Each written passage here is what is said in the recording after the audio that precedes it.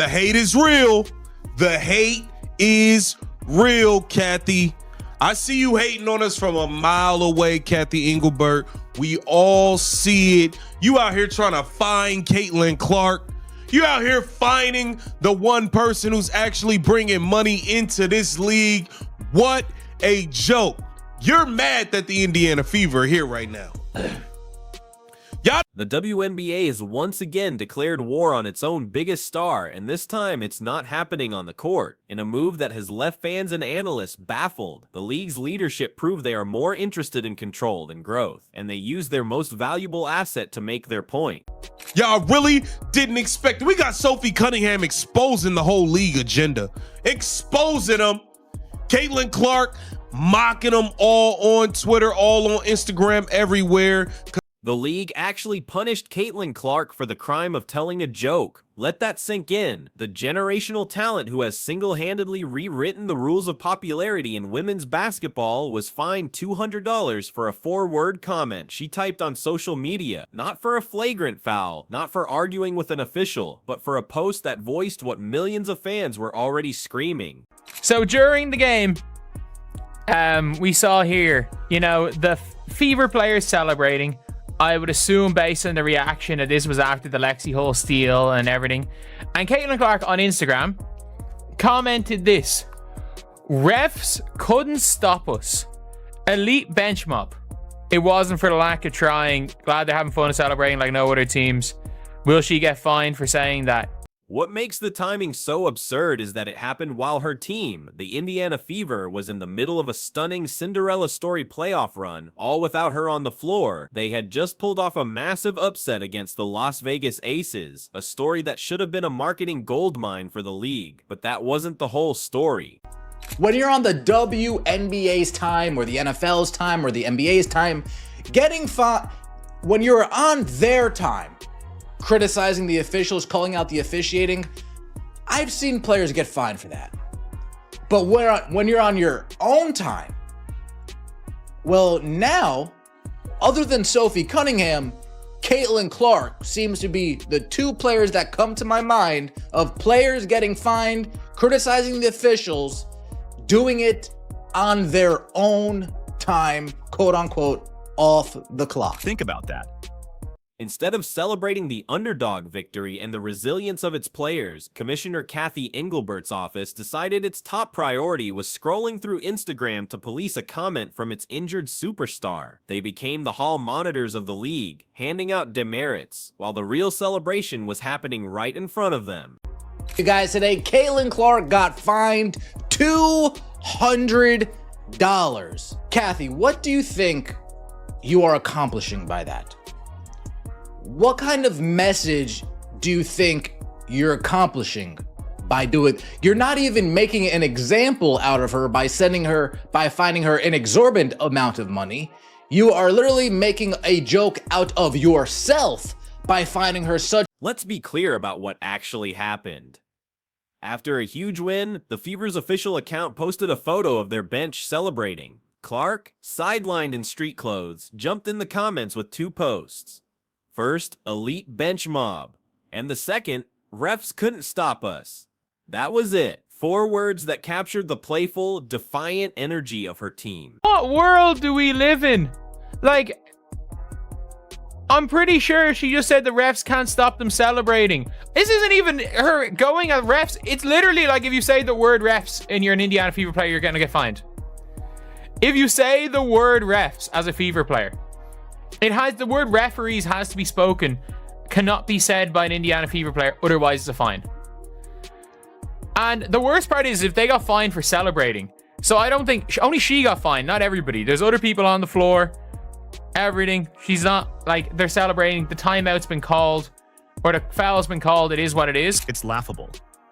This is where the hypocrisy becomes impossible to ignore. This is a league that stood by while Clark was hip-checked to the floor by Chennedy Carter. A league that has allowed countless hard fouls and cheap shots on its biggest draw to go unpunished. But a 4-word joke on Instagram, that apparently was the final straw. Display. We know how this works because Sophie Cunningham has told us how this works. If you talk about the refereeing, if you talk about the officiating, on the InstaFace, on the TikToks, on the Twitters, any of that social media, in the public, in the interview. If you mouth it in the shower, Kathy Engelbert will peek in and look around at you and point at you and be like, you're fined. Even though she won't clean up the officiating in her trash-ass league. Okay. Let's not forget the Chennedy Carter incident, because it's the perfect example of the league's backward priorities. During a game against the Chicago Sky, Carter leveled Clark with a vicious off-ball hip check, sending her flying to the ground. It was a blatant cheap shot, a move with zero basketball purpose. The on-court officials did absolutely nothing. They called it a common foul, refusing to even review it. It was only after a tidal wave of public outrage that the league office reluctantly upgraded the foul to a flagrant 1. A day later, that incident exposed the truth. The league isn't proactive about protecting its players. It only reacts when shamed into it. The WNBA definitely got to play these women more. You got to pay these women more. Because what the hell? It's a $200 fine. This picture right here is giving me Mom Made Pizza Rolls vibes. Mom Made Pizza Rolls and everybody. Ah! Caitlin Clark was fined $200 for her comments she left on the IG post. She said refs couldn't stop us, meaning they advanced to the next round despite the refs trying to throw them a curveball every game, despite having to play against the refs. And the league said, "Oh hell nah, you gotta run me that. You gotta run me that 200. You got to run me that 200. Here's the thing. Clark's reaction to the fine was perfect. She didn't apologize or back down. Instead, she went straight to Twitter, posted a screenshot of her comment, and wrote, "Got fined $200 for this load." She exposed the league's pettiness with a laugh, turning their attempt to discipline her into a joke that rallied her fan base even closer. That Sophie has got jokes. She retweeted this. That's really going to break the bank for her. Starting a GoFundMe now. Sophie, you got jokes. Hun, you got jokes. Yeah, so Sophie Cunningham Central. And rally. They did. The reaction from fans was immediate and furious. The fine wasn't just a story, it was an internet firestorm. Social media erupted with support for Clark, with many pointing out the absurdity of punishing the player who had brought more eyes to the WNBA than ever before. Jokes about starting a GoFundMe for the multi-millionaire became a viral trend, a way for fans to mock the league's pathetic attempt at discipline. This wasn't just a miscalculation by the WNBA, it was a fundamental misunderstanding of the new audience Clark had brought with her, an audience that values authenticity and despises petty bureaucracy. Finding players for being excited on the bench and for letting it be known how trash your referees are, why don't you start finding referees for not calling fouls? Why don't you start putting that type of energy into making sure the game is played better? Why don't you do that? Why don't you do that? Because that would be nice. That would be nice. Everyone knows this wasn't about the money. A $200 fine is pocket change to an athlete with millions in endorsements. The sting wasn't financial, it was symbolic. The league was sending a message, a clear warning shot to its biggest star: don't you dare challenge our authority. But the message completely backfired. The physicality is out of control, that's for sure. I mean, you can bump and grab a wide receiver in the NFL for those first 5 yards, but you can do it in the W for the whole half court. You put two hands on somebody like that, it should be an automatic foul. They have the freedom of movement. Freedom of movement. There's no freedom. And I'm not saying that we're not fouling too. I'm not saying that. I'm saying it's out of control. All the fine did was expose the WNBA's deepest, most embarrassing scandal. Its officiating is broken. Clark didn't reveal anything new. She just had the courage to say the quiet part out loud. The league is rotting from the inside with inconsistent calls, missed fouls that decide games, and a complete lack of accountability for referees. The WNBA foreshadowing. We're seeing how you're acting on the bench. We're seeing how you're talking to the officials on the bench. We will tee you up. Now, whether I think that she deserves a tee for it or not, we're not even going to get into that. What if this is just saying, hey, we're gonna tee you up if you continue to get at the officials, if you continue to talk up the officials, if you continue to show up the officials on the sideline, we're gonna tee you up. She's not the only one who sees it. Respected coaches, including Las Vegas's own Becky Hammon, have publicly stated that the quality of officiating across the league is embarrassing. When your own champion's coach is calling you out, you have a crisis. But instead of fixing the problem, the WNBA finds the person who points to it. The Aces couldn't stop her. I actually don't think that the Aces perimeter, honestly, defense or offense is very good, but specifically defense, they just couldn't find an answer for Kelsey. They were sending two on her at different times, but the Fever were running cutters. Kelsey was making her way to the rim. Now, I will say the Aces defense is scary around the rim because you have somebody like Asia who averages over 2 blocks a game, and she's just there waiting and ready to block your shot if you get too close to the rim.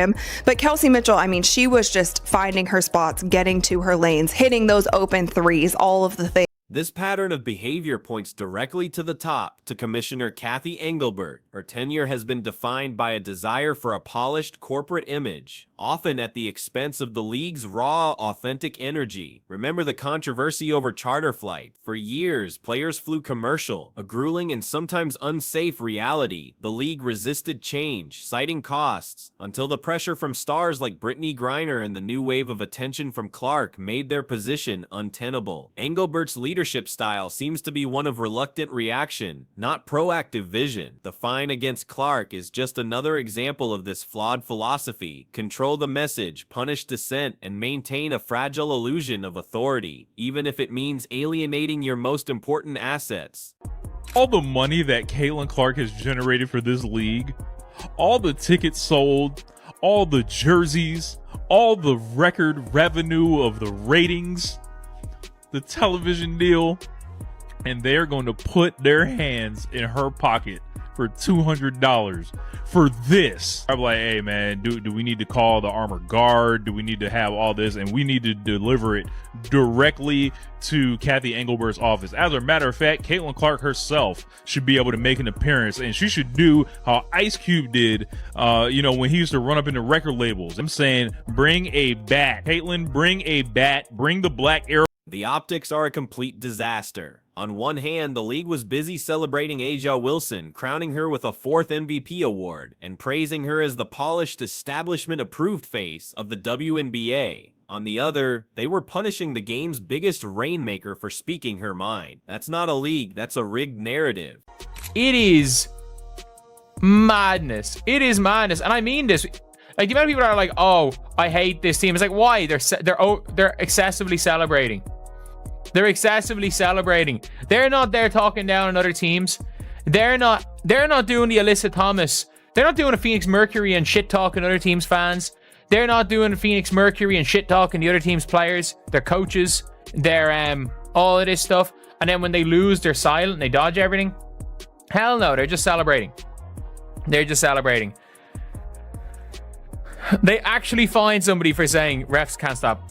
The refs won't. This entire episode forces the WNBA to answer a serious question about its identity. Does it want to be a legitimate professional sports organization that can handle criticism and evolve? Or does it want to remain a fragile PR machine, silencing anyone who dares to point out its flaws? Right now, it's making the wrong choice. This has become a predictable and deeply damaging cycle for the league. When confronted with glaring problems, the WNBA's default response is to punish the whistleblower and protect the system. They fine coaches for pointing out bias and players for speaking truth, all while hoping the controversy just fades away. And in this case, they overshadow one of the most incredible stories of the year. The Indiana Fever, with 6 key players out with injuries, including their superstar, clawed their way to the semifinals for the first time in nearly a decade. This was a story of grit, heart, and determination that should have been front-page news. This fine also plays directly into a darker, unspoken narrative bubbling just beneath the surface, the tension between the WNBA's old guard and its explosive new star.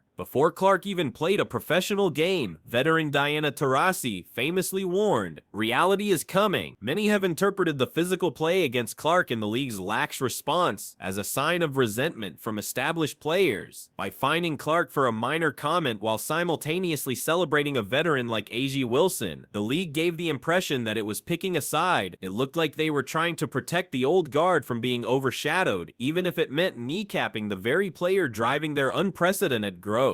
Instead, league leadership managed to turn a feel-good moment into another debate about their own incompetence. By fining the injured star who was cheering on her teammates from the sidelines, they showed a level of tone deafness that is simply staggering. It was a massive, unforced error. The double standard is impossible to miss. A.J. Wilson is propped up and celebrated, the safe choice for the face of the league. Meanwhile, Caitlin Clark, the player who is actually driving ticket sales, TV ratings, and merchandise, is treated like a problem to be managed. And the irony is almost poetic. Just days after the league punished Clark for saying refs couldn't stop us, the Fever walked into Las Vegas and proved her right. They steamrolled the two-time champs in their own arena, a stunning victory that made Clark's words feel less like a complaint and more like a prophecy.